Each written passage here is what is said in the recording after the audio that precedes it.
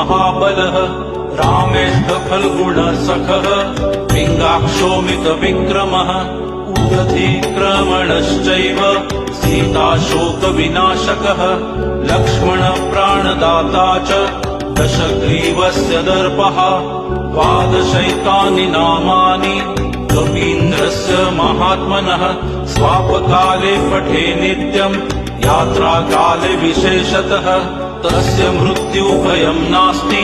सर्वत्र विजयी भवेत्। हनुमानञ्जनासूनुः वायुपुत्रो महाबलः रामेष्ठफल्गुणसखः पिङ्गाक्षोमितविक्रमः उदधिक्रमणश्चैव सीताशोकविनाशकः लक्ष्मणप्राणदाता च दशग्रीवस्य